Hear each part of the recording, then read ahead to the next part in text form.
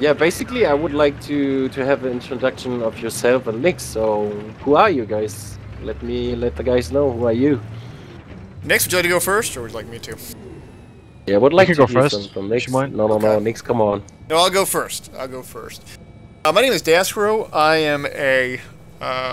I'm playing Battlefield competitively, or with these organized matches and events, like Level BF, but also the smaller stuff for the last 10 years across almost every Battlefield game that's been around, and a lot of top teams.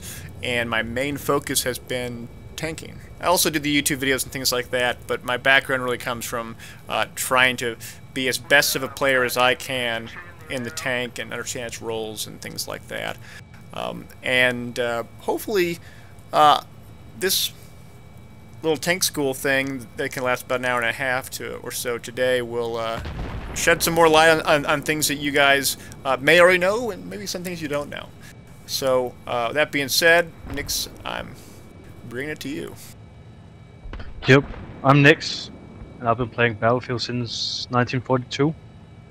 Only started in competitive in BF2. I played it for a few years, and I was starting BF3 as a public noob. Then I was asked to play for a Danish team called VIP, and I've been with them since. And yeah, I've been tanking only in BF3 actually. I was infantry in BF2 1942, a bad company. So I thought I would try something new. And this is where I am today. I think I've come a long way. There's still much to learn. Now, Nix, since you mentioned that you started in infantry and you made that transition to armor, what has been the biggest change in your mind in terms of a sort of gameplay mentality as you went from infantry to armor? Oh, that's a lot of things, really. You gotta think a lot differently than you do as infantry. You gotta stay out of the main battle till you have some backup. As infantry, you can most likely just push in, get a good spot, and camp it. You can't do that with a tank. One of the biggest things that I've noticed, especially as the Battlefield games have created successful sequels, is that the infantry play is sort of increased in op tempo and pace. And so in Battlefield 42, you die, you just spawn back when the spawn points, and then run, for a minute or two to the battle, and then you die again. Whereas in Battlefield 3, you're constantly in that battle. You're constantly fighting with other people. You die, you respawn in 10 seconds on your squad mates, and you're back in the battle. Whereas the armor, on the other hand, not so much. The armor, once goes down, may have anywhere from a 45-second to a minute and a half respawn, and you have to drive all the way from base to the given location. In that respect, it actually makes the tank asset a much more limited resource relative to other types of things out there. You could throw a lot of bodies at a given point. It's very easy to either regenerate them with a revive, or put a health pack down, or just respawn on them. Whereas the tank, it's much more cumbersome. It's much more of a target, and it requires you to think differently about how you utilize that vehicle relative to just playing on the infantry. So, since we got that done, let's go do the next topic at hand. Just some real basic information about the tank. Now, Nix, can you talk a little bit about how the tank takes damage? Yeah. Like, it's really important to position yourself when you're fighting a tank. If you shoot on my side, you shoot my side. No, let's take Ragnarok. It's really bad idea to have like a 90-degree shot from the other tank. It will give you a lot of damage. So most of the time, try and have an angle to the other tank, so he can't get you like a 90-degree. If you shoot me now, I think friendly fire may be off. So can we have one volunteer get in one of the tanks and just bring it forward? All right, we got two, so we can do two of them at the same time. So here's what we're gonna do. So it looks like that that the tank on my left has reactive, the tank on the... Oh, they both have reactive. So what we're going to do is... Nick and I are both going to take the reactive off from these tanks. And actually, if you guys want to walk and sort of walk and be on our side where I am, where Nix and I are, so you can see this as opposed to just watching the rear. There you go.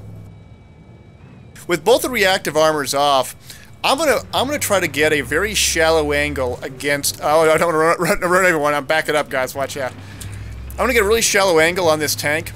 And whoever's in the tank, I want you to type out in the in-game chat how much damage I do to you when I hit you. And so here we go. So go ahead and type it out, and it should say... Waiting for a type out here. It did 24% damage. That's because it was a shallow angle. You know, Nix was talking about this idea that you could get a 90-degree shot, do a whole lot more damage. So Nix, why don't you do a 90-degree shot against the tank right next to you? And guy who's in that tank, 48%. It did twice as much damage because of the angle, even though that we were both hitting the side of the tank. This concept is good to know, not just as a tanker, but also someone who is playing the anti-tank role with an RPG. If you can get those 9-degree shots, then you can do substantially more damage. Now, one of the other aspects of this, though, is that both these tanks had reactive up, and so can you guys repair the reactive on theirs as well? There you go. Now, for those that don't know, it takes 5 seconds to repair that reactive, and the tank driver won't see his reactive come up on his little his little tank icon in the bottom center of his screen, but the people who are repairing will see that armor pop back up visually in front of them, and I can see it as the enemy that it popped back up as well. And of course, if you're in the tank and you want to just see that little icon show all the reactive, you can switch very quickly from your tank turret back to your driver's seat, and it'll pop up that way as well. Also, another thing about reactive armor, if you jump in and out when you lost your reactive, it does not fix it. Even though it looks like it, it's not up. Yeah, so if you just jump out of the tank and jump back in it, it's not going to miraculously come back. There's still sort of an amount of delay in it, almost like how if you jump into the tank and you pop your smoke. And so I'm going to pop my smoke right now. I jumped out of my tank. I jumped back in my tank. I'm now pushing my smoke button feverishly, as you can hear it. But wait a minute, nothing's happening. That's because it still has a manual reset. And the reset's not based on who's in it. It's based on a certain amount of duration.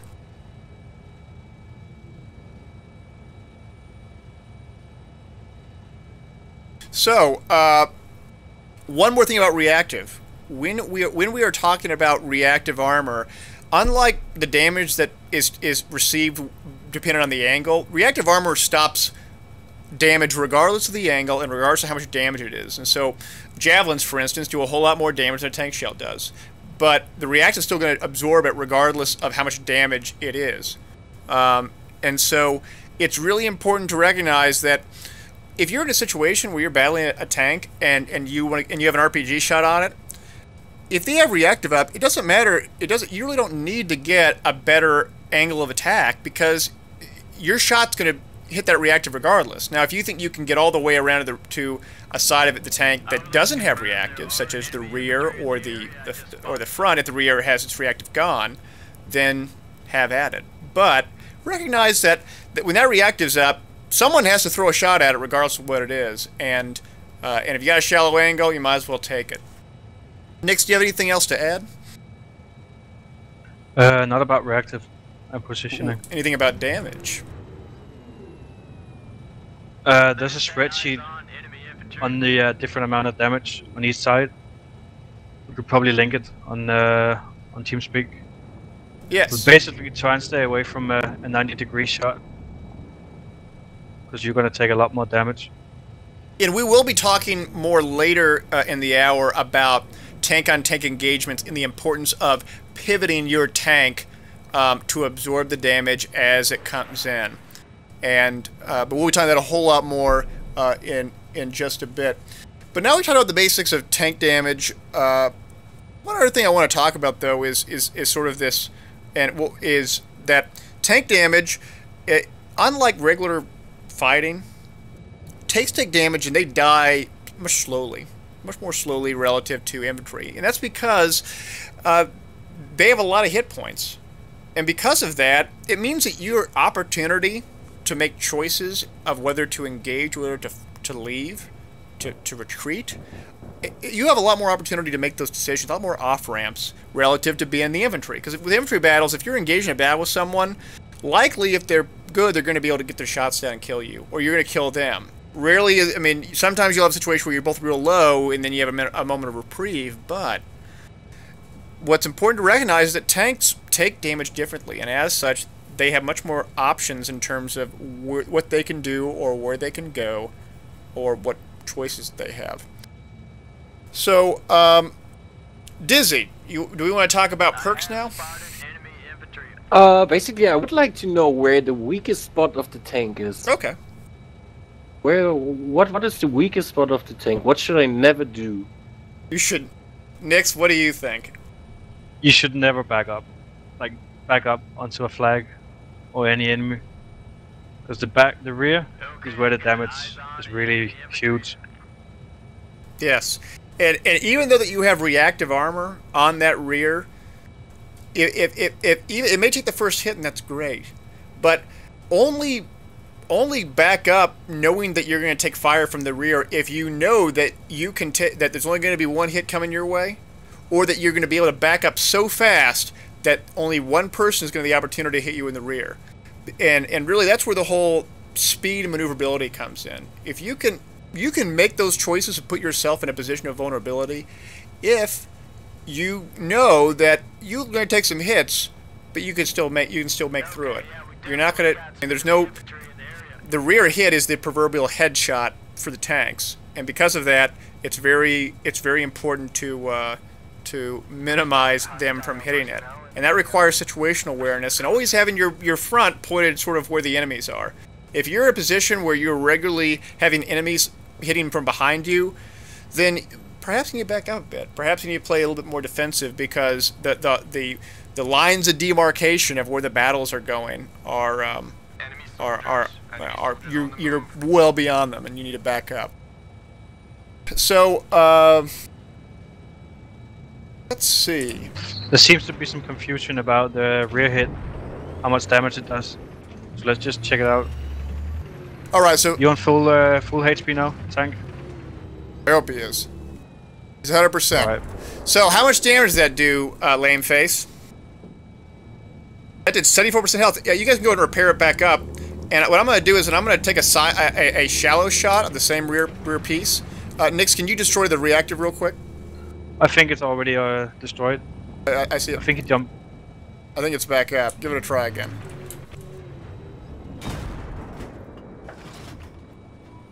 How much damage did that do? That only did 29 damage, and that was a very shallow angle of attack, but that was a rear hit. That was a rear hit, right? Because, again, the angles do matter, even when getting a rear hit.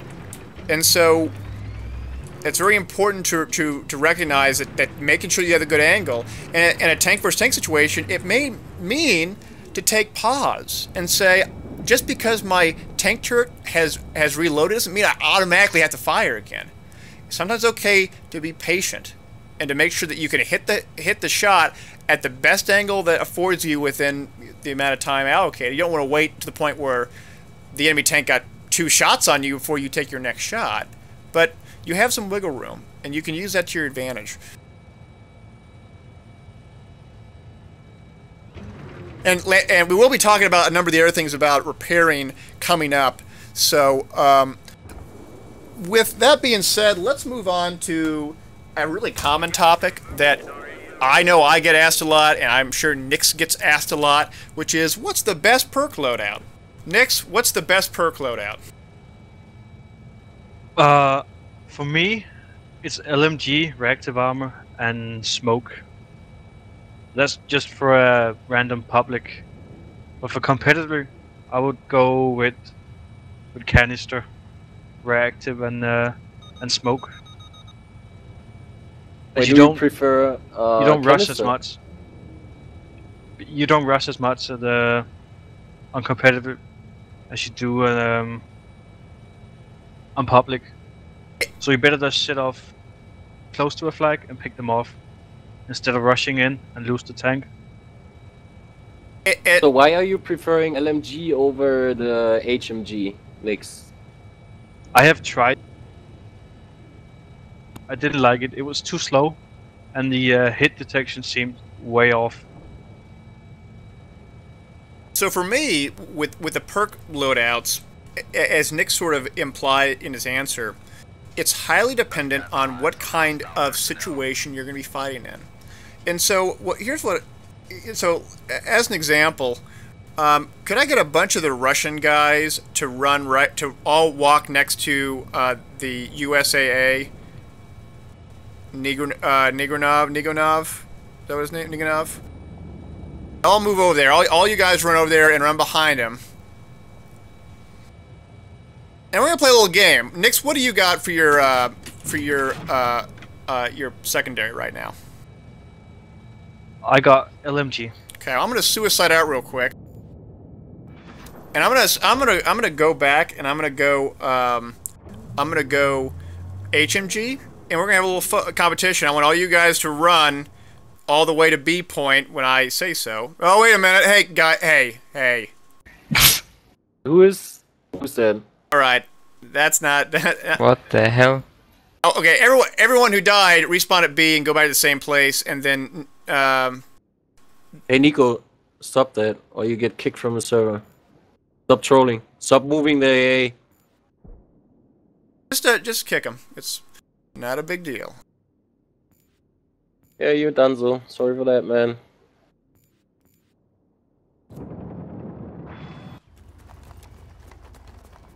Oh, where'd my tank go? Is it gone? Oh, there it is. No, it should be here. All right, so everyone's back in the...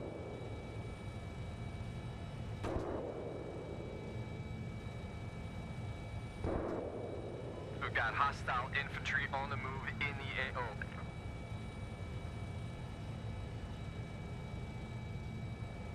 Yeah, he's gone.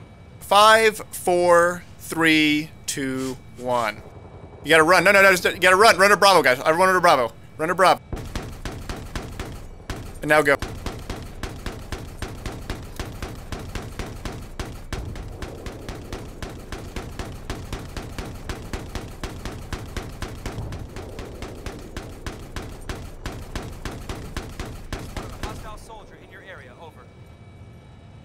Alright, so I wanted to show you guys this because LMG and HMG have different advantages and disadvantages to them that are much more situational dependent on how you play. And so in this situation, the LMG was very good at engaging at the ranges where you guys started off, but sort of began to dissipate as you got closer and closer to Bravo. Whereas the heavy gun, on the other hand, was really couldn't kill that many people that fast, but could get kills at those longer distances as that distance continued to increase. Now, one of the big issues with HMG that NixDK alluded to was the hit detection aspect of it. That's because when you hold that HMG, its bullet spread goes up. Let's everyone stop shooting right now. The bullet spread goes up, and as it goes up, you become less accurate. Now, one of the ways you can mitigate this is that you can use you can tap it. And so in that case, when I was firing, I was tapping it for each shot, almost like if you're doing semi-auto only on a gun, on a rifle, as opposed to just holding it down with full auto fire. And you can get a little more accuracy out of that. But on to the perk discussion more generally, HMG is probably only good on a few very specific maps. Maps that have very long distances, but they're sort of known corridors. So a great example of that would be Domvom Peak, when you're fighting enemy infantry that are at these really long distances, and you just have to keep on throwing fire down. But HMG may also be good if you know that you are fighting in conjunction with a bunch of other infantry that are also putting fire down. And so whenever someone peeks out, it's never going to be just about you shooting them. It's going to be about a bunch of guys shooting them, and you're just trying to do that one extra damage. That's all you're trying to do. And so that's one example of sort of perk choices. But as I mentioned in this example, it's going to be dependent on how many people are with you in terms of team sizes, what kind of map there is in terms of layout, and also what kind of vehicle layout there is in terms of number of vehicles out there. Smoke is a real good thing to use, as Nick's mentioned, but if on maps such as Donovan Peak or maps that have no air assets, then maybe infrared is a much better choice as opposed to just the smoke. Those are kind of the thought process you have to go through when choosing effective versus or ineffective perk loadouts as it relates to the maps you're playing in. And I mean, there are instances where I have played Sand Crossing on 32 for 32 in organized matches where I had a dedicated crew of 7 people repairing me. And so my choices of what my perk loadout was going to be different versus if I had no support at all. Those are kind of the ideas that we have to kind of think about as we talk about perk. By and large, I agree with Nix that LMG or HMG and reactive and smoke's the best loadout. But even recently in a Nations Cup 8v8 that I played in on Karg Island, 8v8, there were some tankers who were not doing bad who were running proximity instead of reactive. And they were doing it because they knew that most of the people that were going to be in plane were going to be in vehicles. They're going to be in the jets, or going to be in the helicopters, or if they're going to be infantry, they're going to be somewhere else in the other map, because Karg Island with 8 people means that you mainly have 1 or 2 people at a given point, period. And if you assume you have air superiority, you may not need that extra reactive armor, and it may be better just to have that proximity so you know where that enemy is who's on that point so that you can kill him. One enemy engineer isn't going to kill you in a tank. Now maybe there's 2 or 3, a whole other story. But that's sort of the thought process we have to go through in terms of the perk loadouts. So, what do you think about the guided shell? Are you using it next Daskro in different situations, and when you use it, for what? Personally, I have never used it.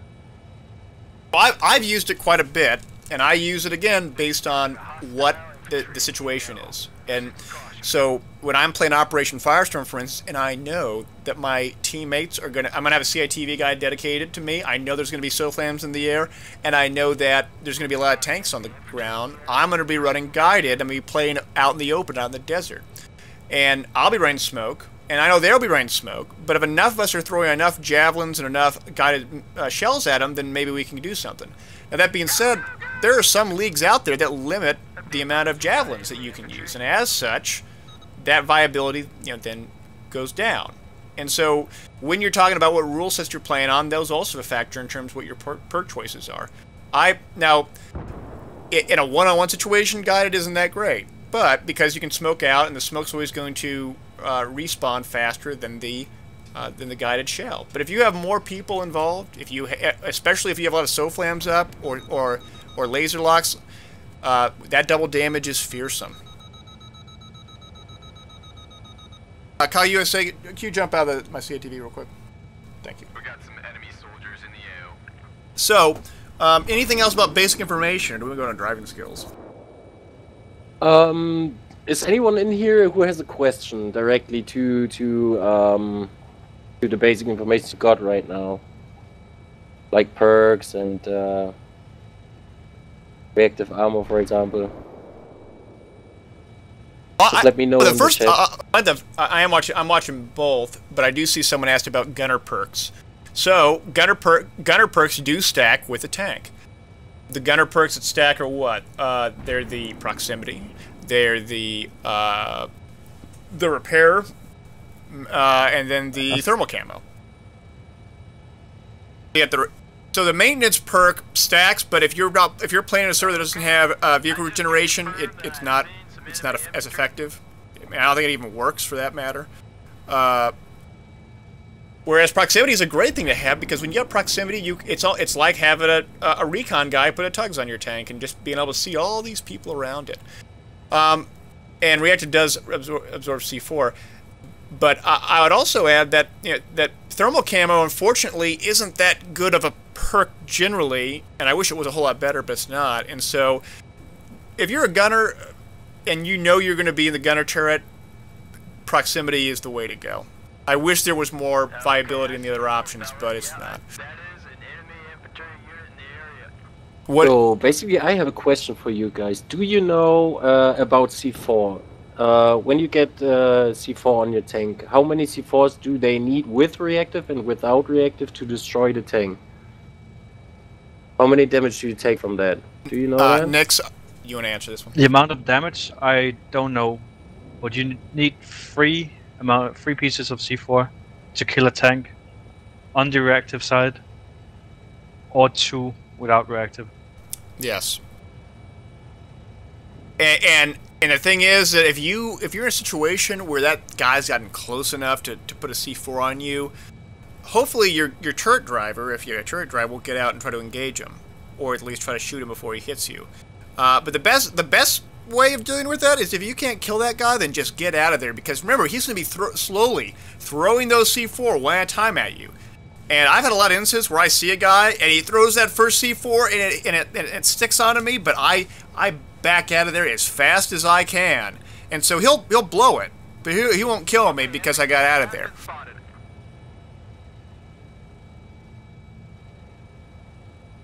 All right, nobody has some questions? I think we should keep on moving on. We're 30 minutes in. We still got a lot to cover. Yeah, okay, let's go over to the next point, which is driving skills. So, yeah, Nix, how do you improve your driving skills, or what are you looking for exactly when you're driving for the feeling, you know? When you hide behind buildings or stuff like that, what do you mention that guys should look for? I'm mainly looking out for mines and infantries in third person. Make sure nobody sneaks around, and if they do, I make sure either my gunner sees it or I back up so he can't get around me. I almost always drive in third person to make sure nobody sneaks up behind me to take me out with C4 or any UD bot. That's where Nix and I diverge quite a bit, is that Nix is mostly a third-person driver, whereas I am mostly a first-person driver that uses third-person for sort of very quick situational awareness, and then moving back to my first-person mode. And while you can actually see a whole lot more, you know, from an FOV perspective with third-person versus first, I guess this is just more personal preference. And we will actually talk a little bit about aiming later, about how Nix Nix is able to engage these people with third person with such ease. And I'm actually very interested in this as well, because I don't do that often, and so I'm interested in hearing his thoughts on it. But let's talk a little bit about the driving skills. First and foremost, driving the tank can be difficult because of how big it is.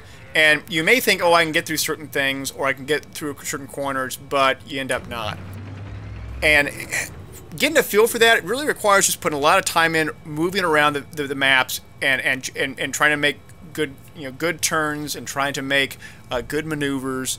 It's not so much different than playing a racing game in that respect.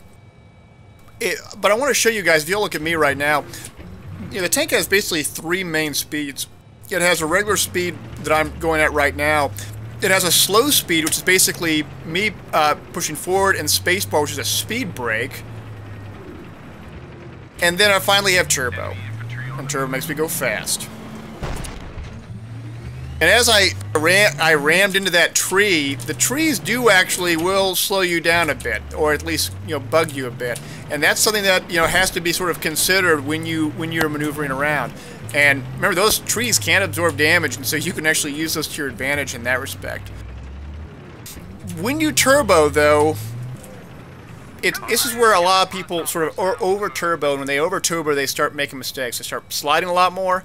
And I've noticed the T90 slides a little bit more than the Abrams in this respect. But I will tell you, though, that you can still control it.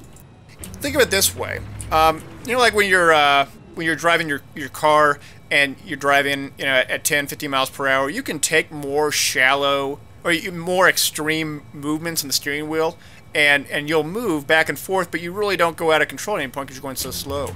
But as you speed up, think of it as every small movement that you make to that steering wheel is going to have profound impacts to how the tank is, or how your vehicle rather is moving, and how much of an effort it is. My general rule of thumb is that if I'm gonna spend, let's just say, a second worth of time pushing the left or right movement buttons to move to a certain place with my tank, if I'm turboing, I'll do maybe half that at best. I'm actually, a lot of times when I'm turboing, I'm just tapping it back and forth just to make sort of micro movements, just so that I can get in that right position. And I'm doing it in the anticipation of seeing where I want to go. Like movement, you have a certain path that you have in your mind of where you want to go, and you want to be able to position yourself so that when you do go in certain areas, that you can sort of go as fast as you can through it to sort of maximize the amount of speed you have to minimize the amount of time. With the T90, you're gonna drift a whole lot more because of just how it's set up. The Abrams does it as well, but ways that you can mitigate that is either by simply stop moving in the direction that you're trying to move in, and so if you're going to the left and you start drifting away to the left and sliding, stop pushing that left button. Likewise, you can hit that. You can stop going forward and hit that rear and try to mitigate that way, or you can just hit that space bar to get what's it called? I'm blanking what it's called. Help me out here, guys. To get the power brake. That's what it's called. Help me out, guys. What's it called? It's speed brake. Thank you. Yes, a space bar. That's right. We do that. And really, this kind of feel is going to be up to you trying to figure it out. There's in terms of just going around maps and trying to go at full speed and try to control as fast as you can while you're going. And as you do that, add more obstacles to the challenge in terms of going to areas that are much closer and more tight-knit and things like that, because once you know to be able to make good turns without hitting anything, you can then really start to be able to very quickly maneuver to areas that need your help. It's something that really makes the tank incredibly powerful. Is that from a speed perspective, it can go super fast, super quickly. It goes so much faster than a lot of previous tanks in Battlefield. Like in Battlefront 42, for instance, the Sherman tank would take a long time to get started. But once you got started, it was going pretty fast. With these Abrams, they accelerate incredibly quickly. And one of the other things that you can do with a tank, and this will be really important in the coming discussions, is you can actually turn independent of pushing the forward or back button.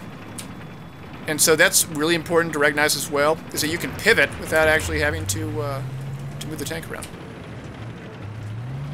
So, Nix, anything else to add to that? No, I think we'll get to it in one-on-one tank battles. Okay.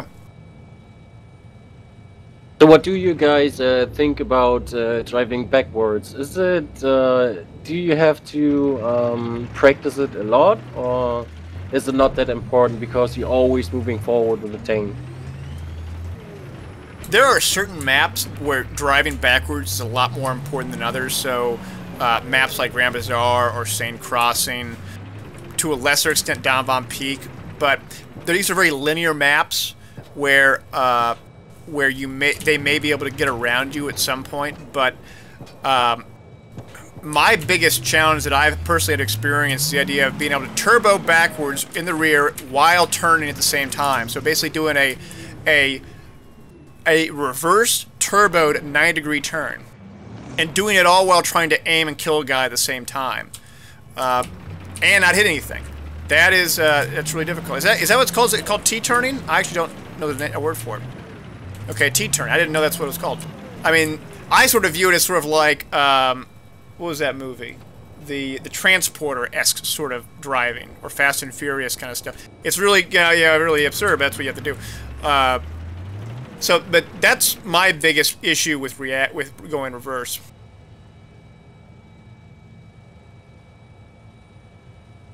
So, do you guys have any questions about the driving skills? Do you need some information to improve yourself? I would like to ask you guys if you have special, trainings or drills which you use to get to improve your own skills. Nix, Daskro. Have you I ever would done say- any practice for that, or you're just playing and get the feeling for the tank? Yeah, you can't really teach someone how to aim with a tank. That's a feeling you get We'll talk about the aiming portion over in a higher bit. distances.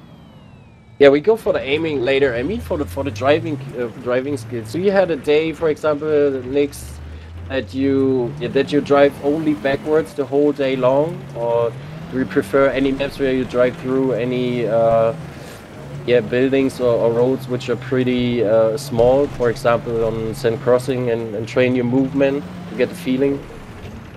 No, I just learn it when I play. But Sand Crossing would be a good map actually to learn how to maneuver really fast. What I've done in the past, I haven't done it recently, but what I've done in the past when learning new maps, or even if I know I'm going to be playing a certain map in the future and I want to really make sure I feel about it, is that I'll just do laps around them. I'll do laps around Sand Crossing, I'll do laps around this map, and I'm just trying to go as fast as I can while not drifting out and not hitting things. Because when you hit things in a battle, you're basically stopping yourself for a second to reposition, and that's really important to be able to not do. Any other questions on the driving stuff before we move on?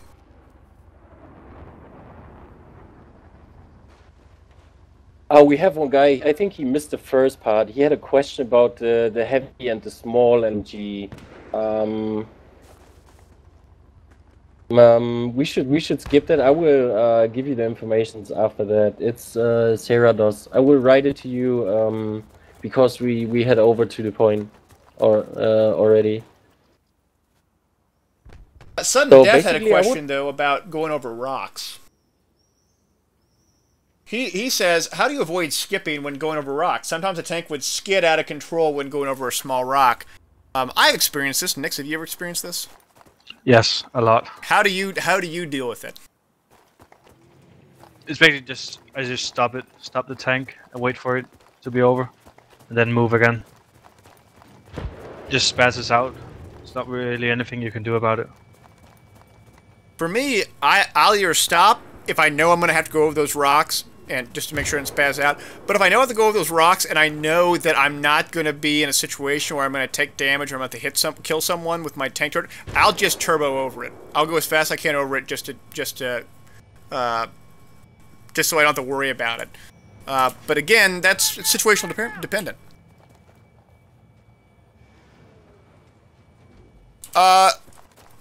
Explicit Exerion had a good question, and something we haven't talked about, but we can talk about it now because it goes into the basic information. He asks, what about the height differences between T90 and A1 Abrams? How do you deal with that? So the fact of the matter is the M1 Abrams is higher than the T90 in terms of the height, and so what you can do with the M1A with the T90 is that you can position yourself over certain fence lines and walls where you can essentially glitch spot it and get shots over it and hit the M1 Abrams. And if the M1 Abrams is in that situation, you'd actually very easily see them and be able to hit them very easily because their little turret gun would be sticking up way above the wall line, and so you can get those extra hits on it. Remember, hitting the turret still does damage to that tank, and so opportunity to do more damage is always a good thing. We can actually show this right now. Why don't let's have? Is there a wall near here? Let's have the T90 and the M1 Abrams both go towards Bravo and get parallel to that blue fence.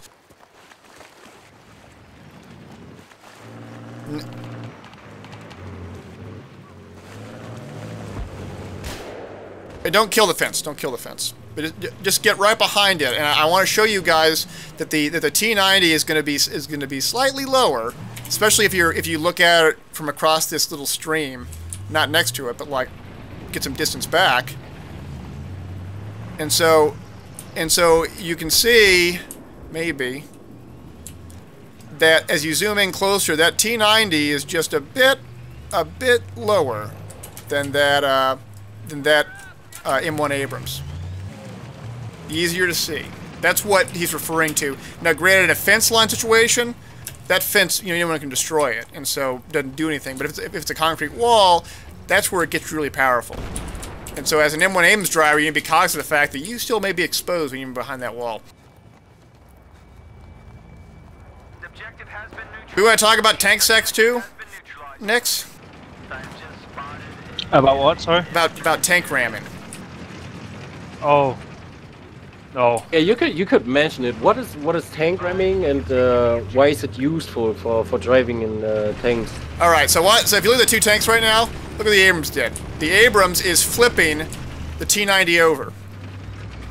If the T90 and the M1 Abrams push each other at the same time, like usually the T90 will go on top. Now, why is this important? When this happens, the T90 cannot easily hit the M1 Abrams, yet the M1 Abrams can very easily hit the T90. Now, it's very much like sort of balancing plates on a stick kind of thing. It only lasts for maybe 3 or 4 seconds, but that may be just enough. That may be just enough time to get 1 extra shot, 2 extra shots in, and that's where it becomes even more important. And so it's really good to know that if you're in this close of combat, and you guys don't have engineers who are going to be fighting, because remember, the engineers can get out, use their engineer tool against the enemy, and does a lot of damage. But if you can flip them, that may give you the advantage. And those little things just take. I mean, you got to sort of play around with it. But that's sort of sort of a neat tip that I, for one, didn't fully appreciate, and probably did about 6 months into the game. And if you're in the T90 situation like that, the easiest way to get out of it is to back up if you can, so that at least you can basically get speed parity with the M1 Abrams, so you can get some front shots on them. Or if you can't back up, accelerate forward to the left or forward to the right, so you can veer off. And so, but recognize that if you veer off forward to the left, you need to have your turret pointed to the right, because you're going to see that M1 Abrams on your right real fast, and you want to be able to get that shot as fast as you can. Oh, there was someone who mentioned a question to that situation, and he asked if there's any extra damage on the tank when you hit him below, like in Battlefield 2.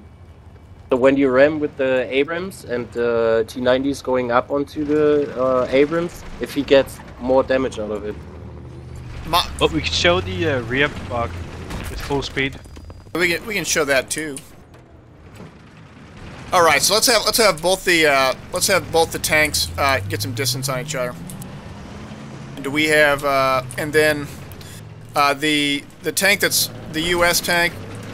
All right, everyone, sort of look at the tanks. So the U.S. tank charge the Russian tank with turbo, and then the T90 tank hit that that M1 Abrams in the front as it's going turbo towards you. So go ahead and fire.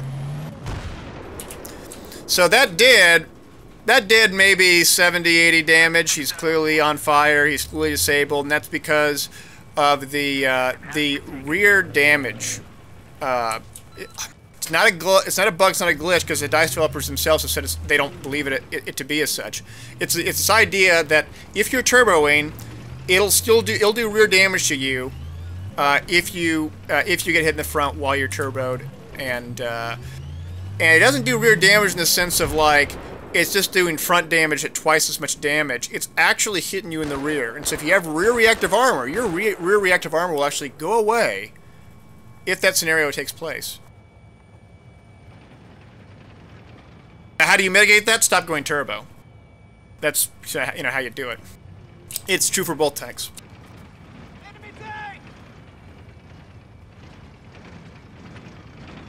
So nobody has any questions left to the driving thingies? We kind of veered off into aiming, but that's okay.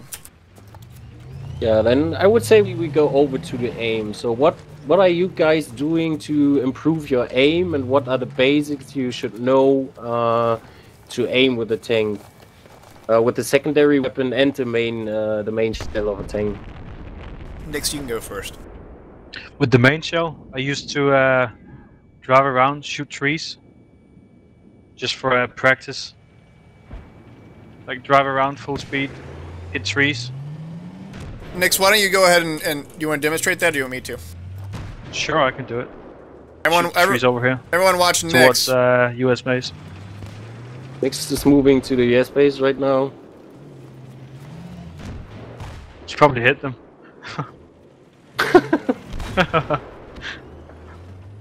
But basically, just full speed, try and hit them. And if that's too hard for you, start off with just being still and being right next to them and getting a hit on them, and trying. And I mean, it even like where the other or the non-US or the tank that's US side but not Nix. If you just want to get next to these trees and just try to hit them one at a time and just try to snap fire to them, give that a try. And once you feel confident that 9 out of 10 times that you can do it, because remember you don't want to keep on practicing until you get it right. You want to keep on practicing until you get it wrong. See, the idea that you want to keep on doing it over and over again so you can really build the feel for it. So you don't have to think about it when you have to do it under a situation of duress. And after you get that, you can do what Nix is doing, where he's maybe slowly driving and hitting the trees at medium or small or at longer distances. And then you can take it up a notch and go turbo. And then you can do it while going over hills and rocks and things like that. You can build up this proficiency. And you could even do it while you're pubbing. You can pub in Caspian Border, and while you're spending the 30 seconds to go from RU to one of the points, just shoot some shots. On that note, Nix, do you want to talk about shooting guys out of the air? Yeah, Nix, how you deal with it? I mean, I think everyone knows you from sniping the helicopters. How do you practice that? It's a feeling, really. Once you learn the bullet speed and the drop, it gets a lot easier. Yeah, that's a good point. I don't know the exact drop, but the bullet speed is 200 meters per second. So if I shoot to Alpha, it should take 1.5 seconds to reach the flag. That was about 1.5 seconds.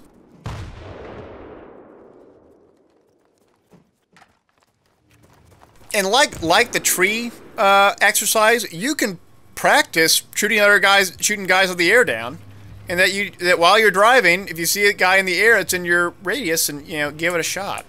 The way that I sort of liken it to, and this is more of an American reference, but it's if you think about American football, when the quarterback throws that football, he's throwing that football, but he's throwing it at a player who's moving, right? And now, granted, that player's moving only on a in 2 dimensions, and in terms of distance and then the angle, but that football player, that quarterback, still knows that there's going to be a certain time of flight associated with that ball, and so when he throws that football, he's not going to throw it at where the guy is right now. He's going to throw it where he predicts it to be, in that given second or two that ball's gonna be flying and that guy's gonna be running around.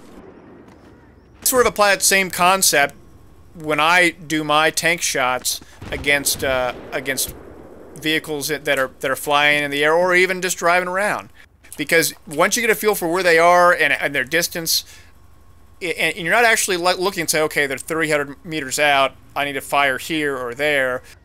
Like Nick said, it's very much gut feel. But you just keep on practicing and keep on trying, and eventually you'll start hitting it.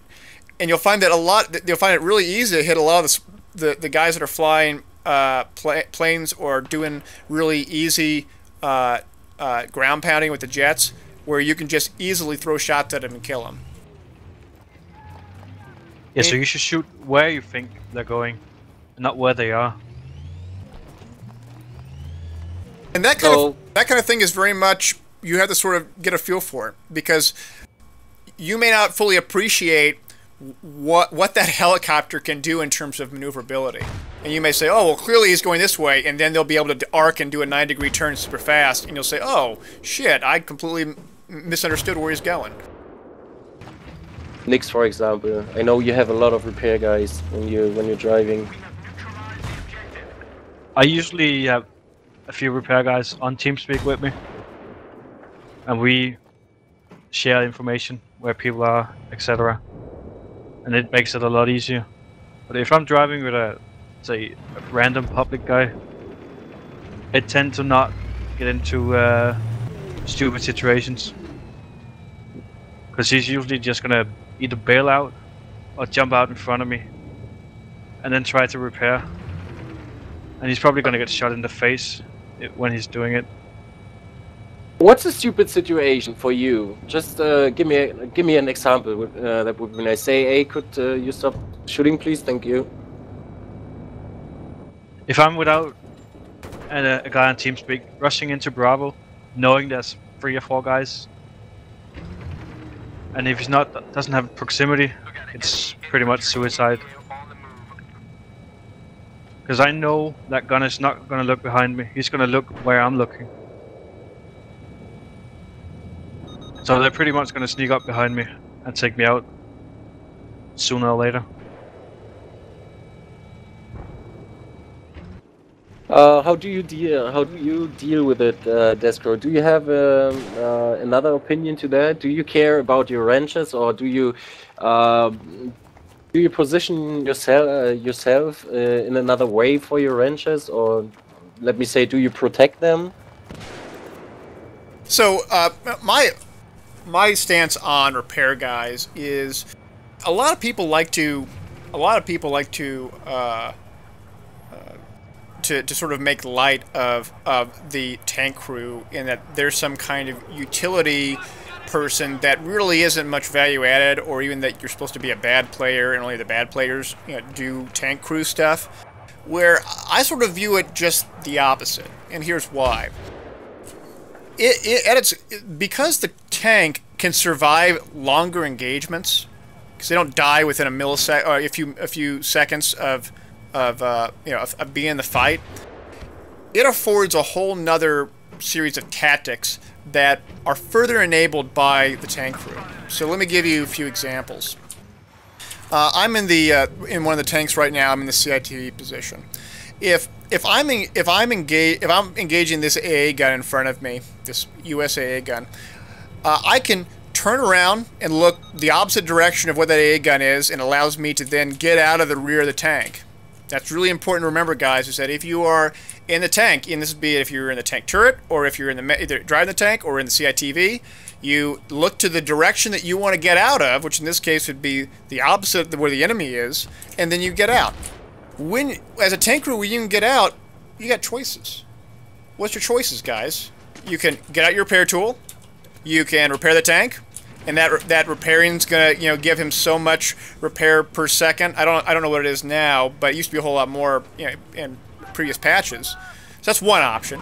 You can get out your RPG, and you can peek and get an RPG shot on the guy, and hopefully I missed him, but hopefully hey guys, let's not do that. You can hopefully get that shot, and then you can get back and start repairing. Or you can reload, but reloading takes a long time with the RPG. Or what are the other options? Well, if we're close enough, if I get out and I'm almost touching that AA, I can get out and just start repair tooling him, and he may not be able to engage me and the tank at the same time, and I may die as my tank shoots the AA gun. But that's okay, because I'm still doing a lot more damage to it. Or there's another option. What if we're not engaging that enemy anti-aircraft gun? What if there's other anti-tank guys that are around? I can get out my primary gun and start flanking around. I can flank around. Now, granted, we don't have any concealment or cover in this little area, but you can flank around and start to take out the enemy repair guys that are on the enemy vehicle, or just other guys more generally. And then, as an added bonus, you can get out your RPG and get a nice 9-degree shot on it.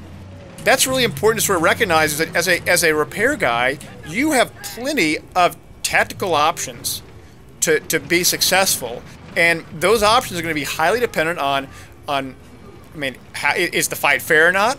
Does the other tank have a lot more guys than we do, or they have they have air superiority? Do you have a lot more people on your team and that crew repairing? Because remember that once you go beyond sort of 3 repair guys on a given tank, there's a lot of diminishing returns. And also recognize that those repair guys will probably die within about 5-6 seconds or so of getting out and repairing, because the enemy tank is going to try as hard as they can to take out those repair guys. And I want to give an example of this. So, can I have one of the tanks, please? One of the tanks? Take mine, Daskro. Yeah. Where's this tank? Here we go. And so, I want a few of you guys to get next to this Abrams that the RU guys have. And I want you guys to start repairing it from the rear. So just pretend you're repairing it. Just get out your repair tool and start repairing it. Now, watch what happens. So I'm engaging this tank, right? I'm going to engage him from the front. I shot him, but guess what? By the time that I reload, he's already at 100% again, right? So what happens is that I may want to do something like this, where I fire a little bit below, and I missed that time. I'm going to try again. I'm missing again. Let me try one more time. I miss again, but I'm not doing this right, so maybe Nix can do it instead. But under certain situations, if you have the appropriate angle, you can actually fire and hit the ground below that tank and hit their rear repair guys. I'm missing, unfortunately. If the tank can move a little forward to around here. Yeah, actually, yeah. Why don't I have the RU tank just move up about 15 feet or so?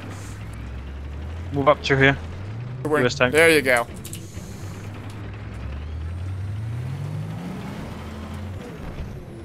And now give it, yeah, there you go. And so, and this is really a contingent on angles, but now I should be able to get a better angle, and so here. And so I maybe got a hit on it, maybe? Taking damage. And so there I got a kill on the repair guys. That's another way of doing it. Now I'm not hurting that tank when I'm doing that, but here's the thing, guys. I'm not hurting that tank anyway when I'm hitting it, because there's so many repair guys repairing it. So I got to think about that. Now, granted, I can also get up my machine gun, and if anyone's on his sides, I can start hitting them out on the side. Let's not kill the tank, guys. I can start hitting the sides and start shooting my LMG or HMG on those sides, which is really important for those guys to on the back to sort of be in the rear. But here's the problem: as that tank starts reversing, he's going to run over all you guys, and I don't want you to actually reverse right now, but the tank could reverse very quickly, and the repair guys may get caught on their tracks and get run over. Which is why angling is so important when you're sort of engaged in these battles. Nix, do you want to talk about angling and why it's important and things like that? Didn't we went over that at Well, angling as it relates to people. Repair guys as well.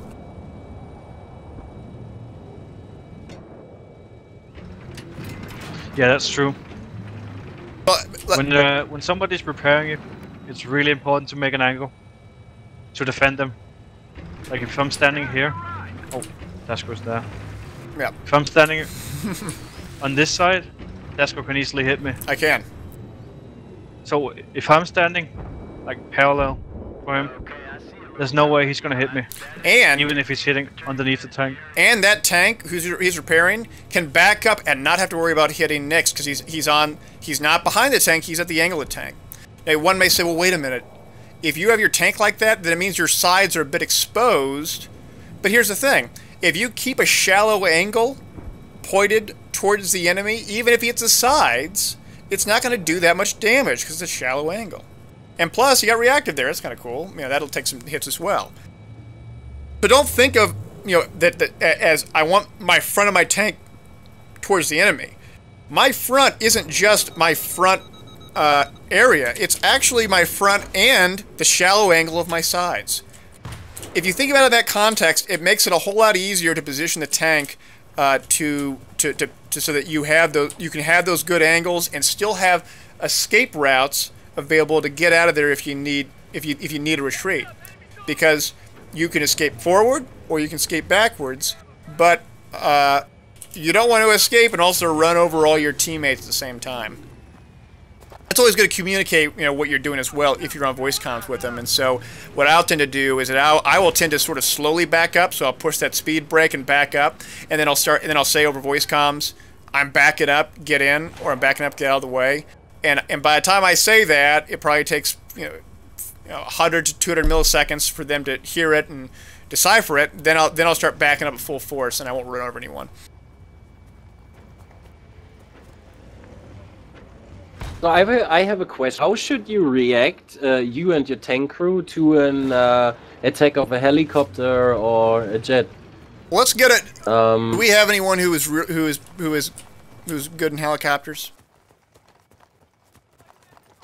There. So I want collision TN, just collision, to get in the the U.S. helicopter or whatever helicopter, RU helicopter, and I want Nix to get in a tank, and I want you to fly over him like you were going to do a strafing run on him, but I don't want you to actually shoot him. Can I have your tanks, Aaron? Jump out of the tank, guys. Let Nix have a tank. Thank you.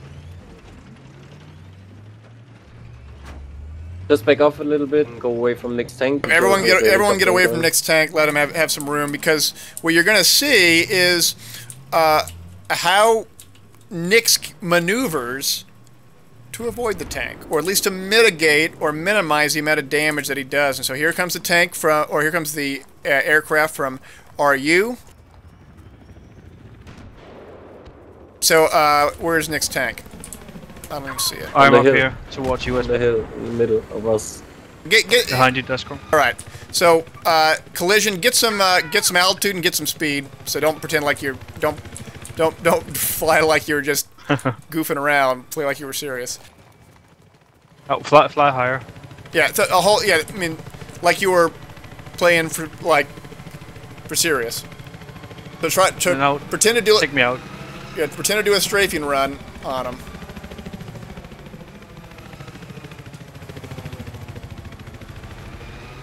Get a little bit more angle there, or a little more altitude there too, because usually a little bit higher than that. Alright, now go for it. So as he's going, what does Nix do? What did Nix do there? Nix went forward towards the helicopter. When Nix goes forward towards the helicopter, he is minimizing the distance between him and the helicopter. It forces the helicopter to get a much steeper angle of attack if he wants to keep his crosshairs on Nix. What does that mean? It means that it reduces the amount of time he can do that, because if he puts his nose down too long, he's going to crash. And he may put it down for a little bit, but then what he's going to do is he's going to jerk up. He's going to jerk up to try to get altitude again, and when he does, that gives Nix a great opportunity to shoot him while he's lost a lot of his speed and momentum. So go ahead and try it again, collision. Oh. All right, collision went down. So we have. He said it hard to. That's exactly what we're trying to do. Was it one of the CG guys that said he could fly? I can do it if you want. Hey guys, back off tanks a little bit, except Nix, and stop moving. Thank you. Yeah, let's have Raj, Avi. Let's have you go. Rajavi. Rajavi. All right. Should I switch team? Yes. Yeah, go for it. Okay, stop moving to AA2. Yep. Everyone jump out. We just gotta. The helicopter's gonna come in again. Everyone watch Nix and watch that helicopter as it comes on in. This particular angle is a bit difficult in this map because the sun's in Nix's eyes, but even then, if you got 3 spotted on, you can 3 spot it, or you can at least see it coming. Now, I like using HMG on some of these maps because you can actually do some long-distance shooting on the enemy helicopter. But those are sort of those are sort of very rare shots. Here comes the helicopter. Hostile helicopter in your AO. Over. You can try to do a strafing run on him. You can actually, Nix, are you okay with a real deal strafing run? Yeah, sure. Yeah, you do a real deal strafing run on him. Where is he? Nix is the all right. Nix is the one On the tank. one tank way far away, closest to the U.S. base. That one? Yes. All right. Get a little bit of speed on you.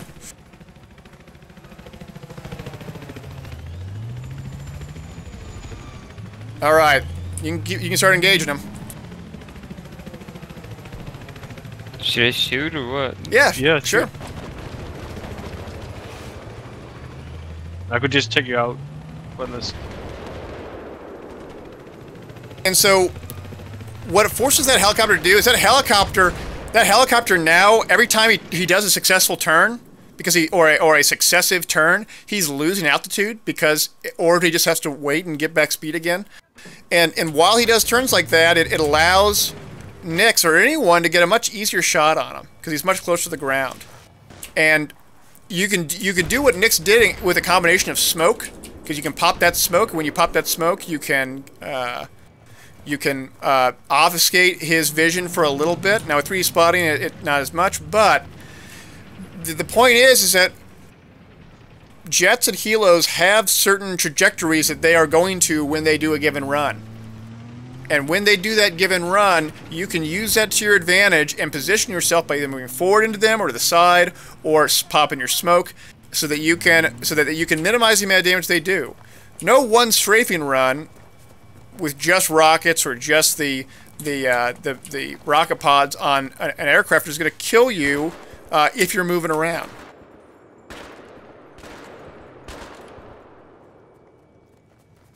So, anything else about aiming or about repair stuff? I mean, we mixed it up with the combat already. So oh yeah, we did.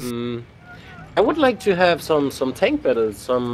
I think some 3v3. So the tank has a crew, and let's say Daskro has the first battle and show us how it's working, and then we have some volunteers if the members in here have questions. So if you have any question, feel free to ask, because we are going to the battle part, to the practice. Write it down in Teamspeak or in Teamspeak or in the game. All right. So what we'll do is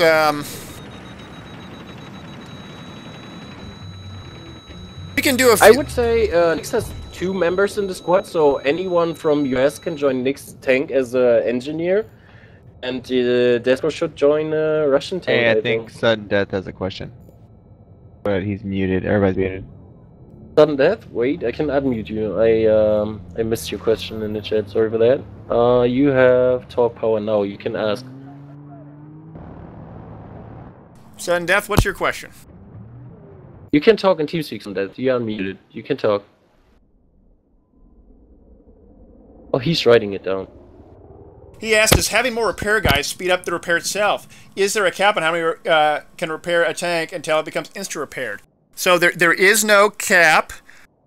The only limitation is the health of the tank itself. And so if you have 5 guys on it, they can repair it from 20% to 100% very quickly. And we can actually test that right now. So let's have, I'm going to switch team, but let's have one guy get in the tank and a bunch of guys behind him to repair tools. Let's just say 6 guys. So let's everyone get up to Nick's tank. Where's Nick's tank? Is he? Nix is in the middle. Is it? Like, all right, let's have let's have 6 of the people that are on Nix's team get behind his tank. Get behind his tank, and then let's have 2 of the tanks on the RU side start hitting them on the front. Just start hitting them, and then you guys start repairing them. Start repairing them. It's not doing anything. Now I'm gonna spice it up. I'm gonna shoot him too, and just keep on shooting him. And as you can see, guys, he's. I mean, look at all the people. Now stop. Now everyone stop. Everyone stop. You see, you're killing his repair guys, but the point is that even though he got disabled, he still stayed up. All this damage going after him. So let's do it one more time. All the repair guys get ready. I only see 3 repair guys. Let's get more repair guys. More repair guys. on, They're repair. like 3 right now. All right. Yeah, 3, only 3. All right, guys in RU, start firing, but don't kill the repair guys. 3, 2, 1, go. Objective secured. Well, that's too much. Too much damage. And that actually illustrates a really good point, is that even though you have all those repair guys on them, every time you take damage, it's an instant hit. And so if there's 120 damage worth of stuff hitting you, even if you got 5 repair guys, it's not going to be enough to mitigate it. But if you can position yourself so that all the damage is hitting you on the front, and that you can sort of time out when those hits are coming in, it buys you more time, buys your repair guys more time. Hey Daskro, you got another question on here. What's the max damage that a TV missile can do on a tank? I think I don't know the answer to that specifically. What do you think, Nix? I think it's 56% or 54. Oh, we have a pilot in here. He said 60%. 60%. Thanks, Peter.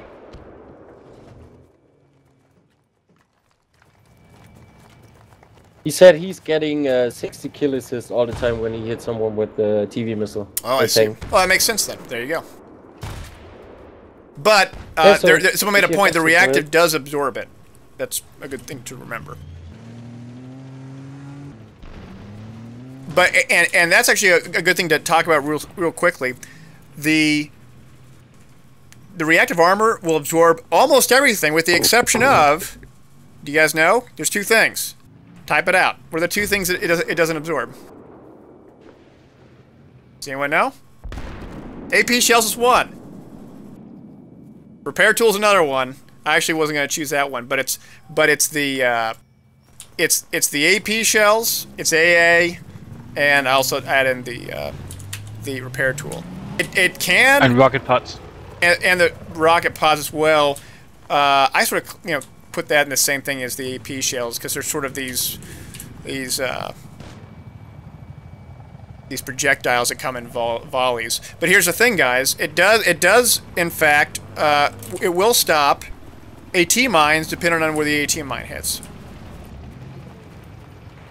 But that's one thing to keep in mind about reactive. And so, like on Grand Bazaar, for instance, if it's Grand Bazaar and there's not many, and it's like a small game mode like 8v8, reactive armor may not be a fantastic choice. It may, or let me rephrase that. It may not be the choice no matter what, because you may not be engaging that many. You're not going to be engaging any fire from the enemy IFV that's going to do any damage to you. You may engage a few anti-tank guys, but maybe it's more important around proximity. Something to keep in mind when thinking about this stuff. Other questions while we get this set up?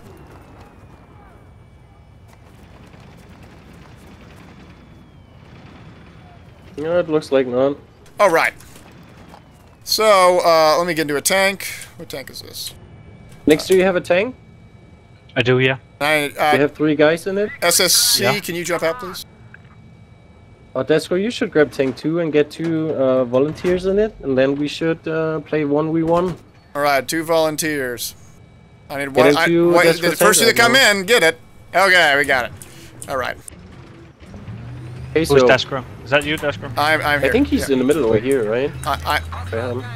Yeah, I'm here inside. Just Okay, want to start guys, fighting? You can do that. Are you the one Everyone back going off to a A? little bit and let them fight and watch how it's going. Let me back up a bit. Yeah, back off a little bit. Okay, I can see Nix with Daskro. There you go. All right, let's go. So Let them enough space and just fight. try to, and, so guys on both teams, just try to remember what we had talked about. All right, go ahead and start. Get out and start repair.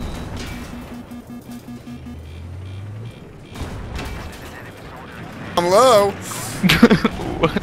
Man, I'm who's down. wait, who's the guy who's just joining it? It's Kile. There may have been 2 tanks Bye. involved in there. Yeah, you fight against 2 tanks. Killby, stop that, please. Let them one-on-one, please. It's just yeah, to show people how it's working. Stop RPG next. The only guys which are fighting right now. Explicit, is can I Nix and his jump this crew. T9, please? And Thank Daskro you. and his crew. I need 2 guys in here to my crew. At one in. I need 1 more. Anyone else? No. Please back off everyone from Nick's tank. Who wants to? Get away from there. Last guy. All right. I need repairs now. Someone repair told me. Don't repair. All right. Here we go again. Take 2. Fixing my reactive. Where you at? I'm good to go. I'm just turning around. I'm gonna come from the same spot again. And guys, just you know. Oh, there's Nick's. Let me back up a bit. Just try to. Do you have full reactive? Yeah, I'm good to go. Just try to, guys. Just watch. You know how Nick and I position each other as we go forward. All right, I'm ready when you are, Nick. You are. Yep. Go for All it. right, let's go. Please no RPGs, etc. Thank you. Just repair Just tools. watch the fight.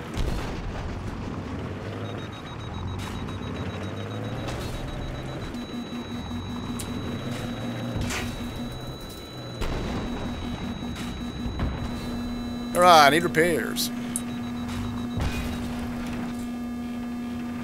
Need repairs. Oh yeah.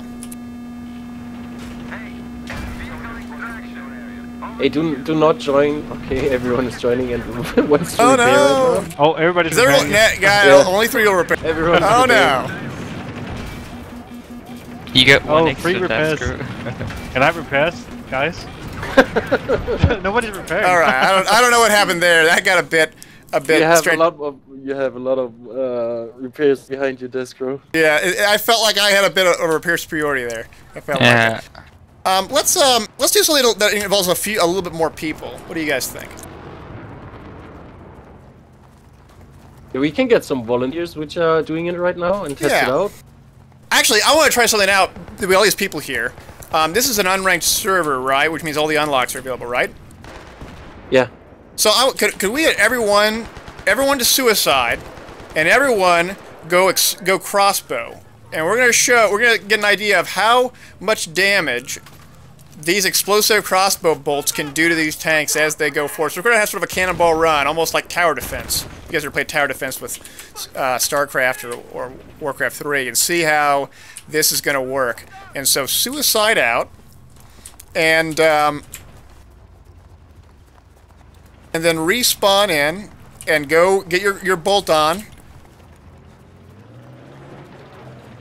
Suicide out, and then get your bolts ready. And I'm gonna be on.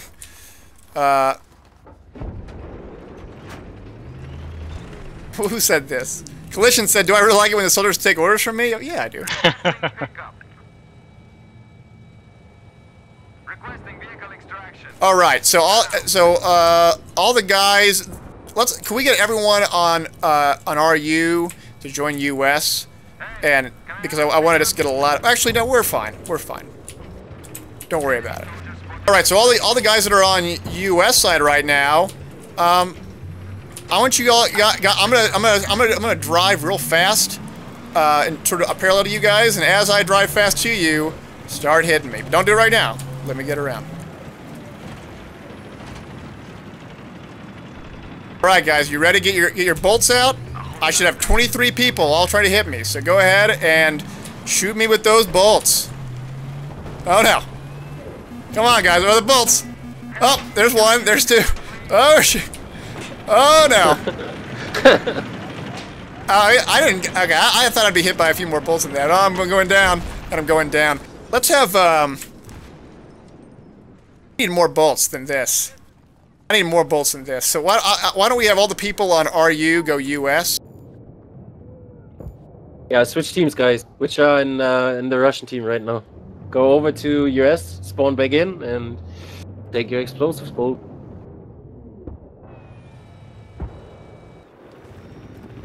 Let's have the RU guys join US, and then respawn back in. There's a tank between all the guys over here. It's Nick's. Group up at Nick's tank, please. I can't get on your tanks. Oh, there you go. All right, don't shoot the tanks yet, but we're going to have the one tank driver. Who's in a tank right now on the other team? I don't see the name right now. I don't see it. Move up at Nick's tank. He's the Abrams up the hill in the middle.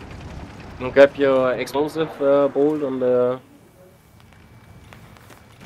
There's one T90 in front of us. You're the driver right now. Stop driving over people. No, don't get drive over into people. Position. Whoever's in the T90 tank that's closest It's to. TGB SSC. Oh yeah, okay. Get into position. You can drive right now. Yep, TGB. And, Drive about 200 meters towards Bravo. Turn around and then start driving towards the U.S. base.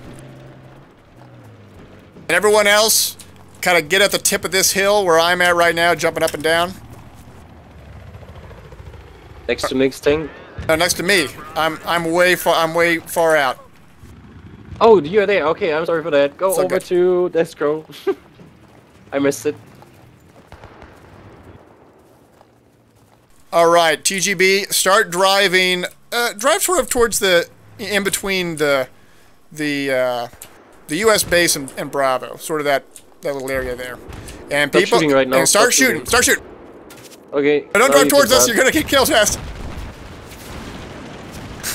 No, you gotta get some distance. We gotta make it fun. Who's in the other T90 tank?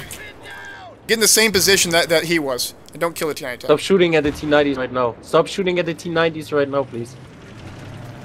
Some tank get in position. Whoever's in that Thank that you. T90 way out yonder, start driving. Don't shoot him yet, guys. Contain yourselves. And start driving. Don't drive towards us. Drive, you know, out some distance. Not towards us. Not towards us. You're not. Hey, start firing, guys. Get all those bolts. It's like medieval times. The bolts are going over the air. That's great. All right. We didn't get it, guys. We didn't kill him. Let's turn it around and do it again. Same route. Don't cheat, guys. Don't go any closer to him. Shoot the helicopter too. Shoot the helicopter. That's awesome. Oh, who got it? Oh, nice one. All right, shoot the T9 tank.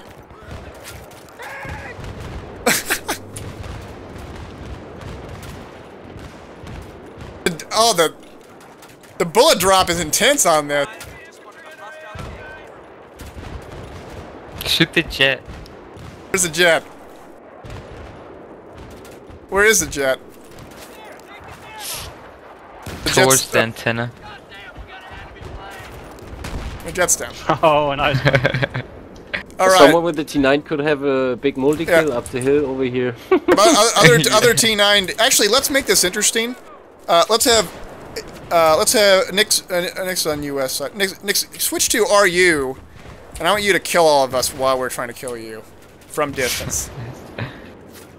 Everyone should stand in a bunch. We all gotta stay in a bunch though. We can't. It's like formation.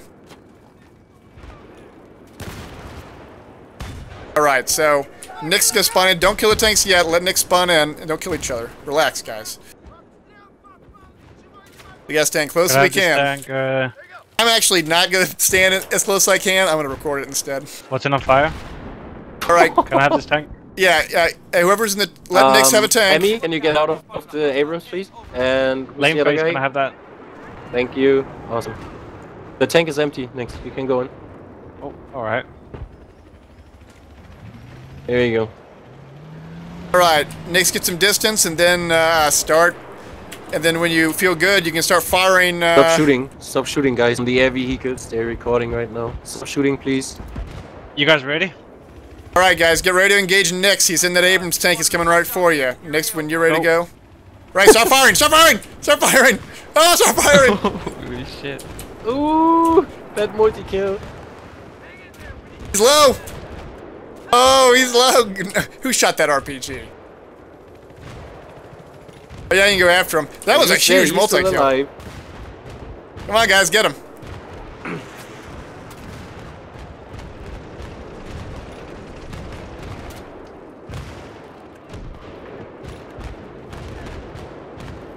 How is he still going, guys? You gotta shoot him.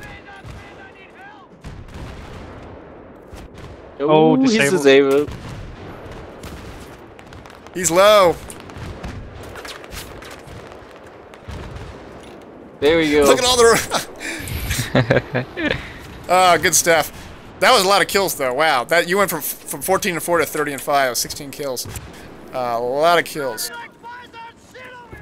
So basically, I would like to come to an end because we are in for 1.5 hours, and I think most of the people want to practice their knowledge from today. So, Nix and Daskro, do you have something to add, or does anyone have a question right now? Just write it down in Teamspeak chat or in-game chat. My closing thoughts on this is, I want to thank you guys for coming out. It was a lot of fun. I enjoyed asking your questions. Feel free to ask me any questions one-on-one if you'd like. Shoot me a message on YouTube or hit me up on Facebook or Twitter, whatever it may be. I have no problem answering questions. And then also, on the tank stuff, it takes time to learn this stuff and it takes time to get better at it, and it may be challenging at times to sort of hone these skills, but give it good effort and give it good time, and I assure you, you will get better at